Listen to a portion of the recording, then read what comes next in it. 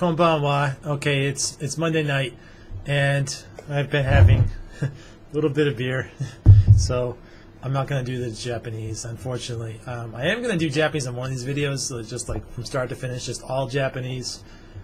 Maybe my next one.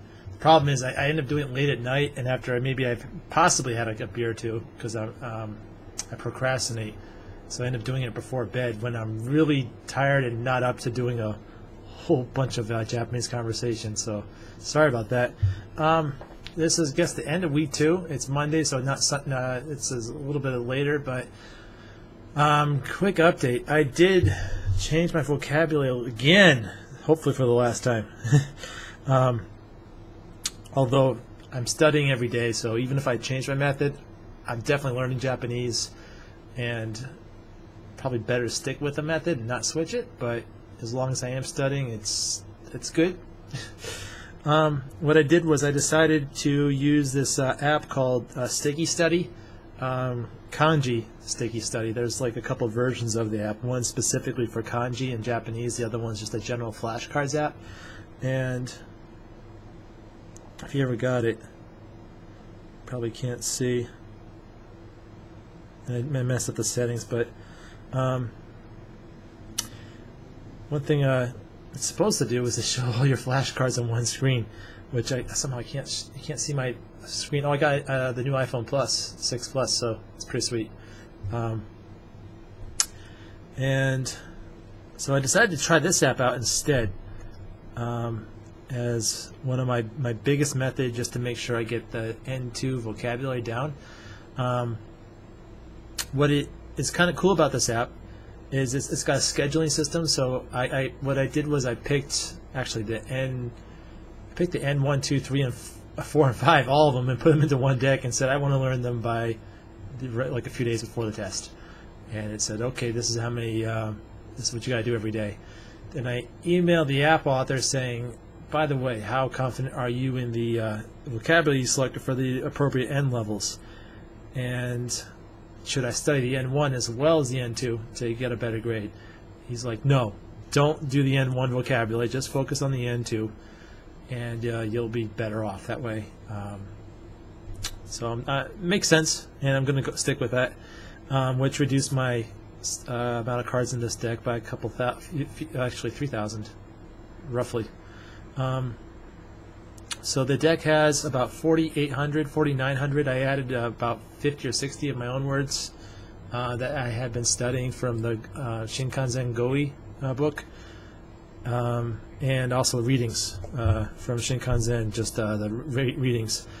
I kind of double-checked because I was kind of nervous about what vocabulary he did include. I double-checked the Goi vocabulary from Shinkansen, and like 95% was already in the deck, because it checks that. So that made me very happy. The deck is now about 4,800, which doing the scheduling that it sets me to do for every day comes out to about 50 minutes. Actually came out to about 38 minutes today when I did it at lunch. Because, well, the weekend I did a little bit extra. I guess maybe that helped. I don't know. Anyway, it was 38 minutes today. It's not spaced repetition in its pure sense.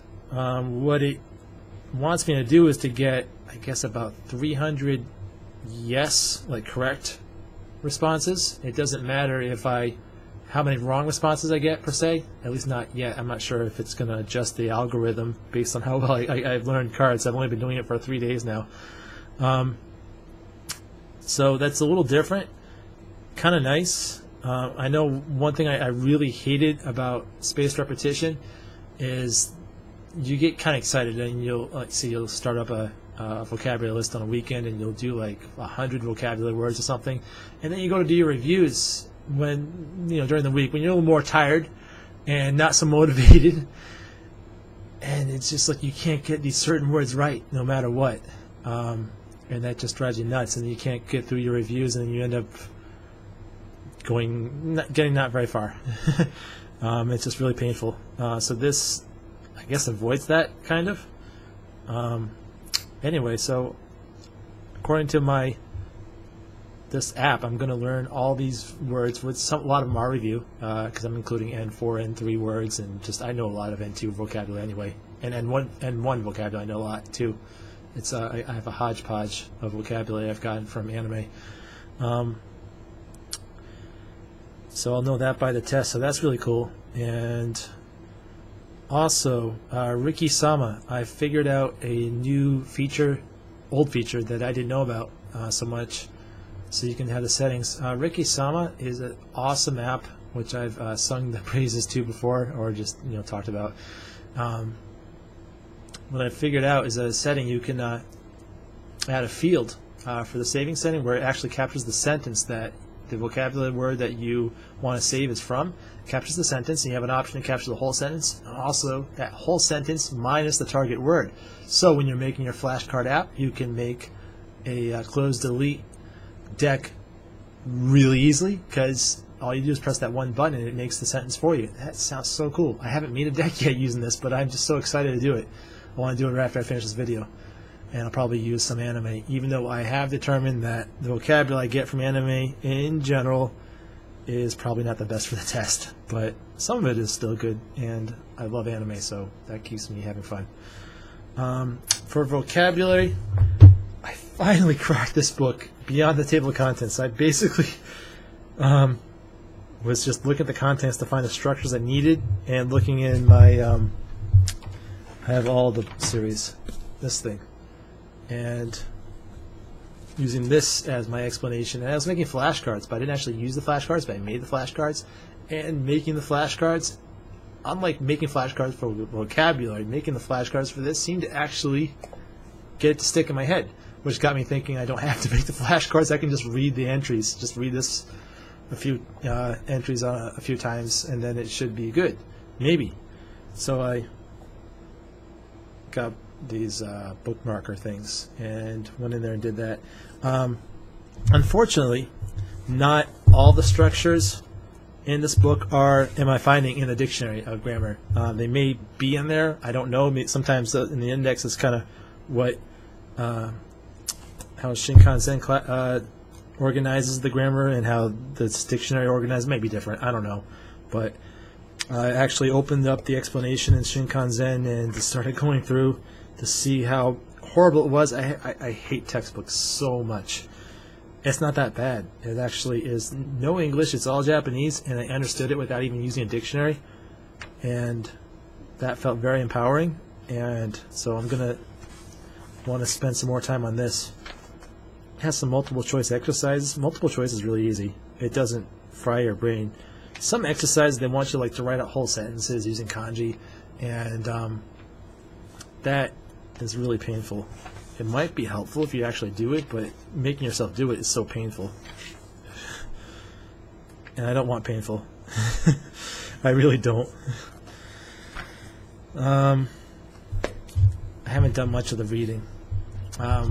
But with this new feature with Riki-sama, with saving the sentences and the close delete, I was thinking some new reading material. I'm going to try using Wikipedia. Just finding some interesting articles that I'm kind of interested in, using that for reading material. Someone on a board said that is roughly N2 level.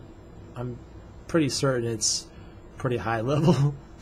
To read it without using a dictionary would be extremely difficult, whereas reading the Shinkansen reading material without a dictionary is kind of doable. I mean, you can look up a few words, makes a big difference, but with the with the Wikipedia, I'm thinking looking up more than a few words is better. But because I can make the flashcards from it easily, that sounds so awesome. Okay, so that's where I'm at.